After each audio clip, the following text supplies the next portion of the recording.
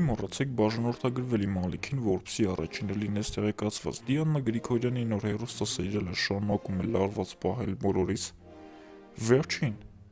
սերիալը շատ քննարկվեց, բոլորը դժգոհ են, որովհետև պատմությունը նորից կրկնվում է։ Անասուն տեսանք, որ Լեոին զանգ է գալիս և Լեոն գնում է, հավանաբար այս ամենը Գրիշոյի կողմից հարկված ծուղակ է և հենց Գրիշոն է հրամայել, որ Լեոին կանչեն, որ ինքը հաշվեհարդար լինի Լեոից։ Լեոն գալիս է և Գրիշոն հանկարծակի հայտնվում է այդտեղ։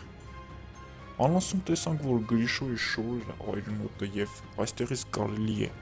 եզրակացություն անել, որ Լեոն լավ ջարդ տվել է, բայց չենք մոռանում, որ Գրիշոյի հայրը Հունան է և հաստատ մի խարդախություն պետք է անի, իր սև գործը առաջ պետք է տանի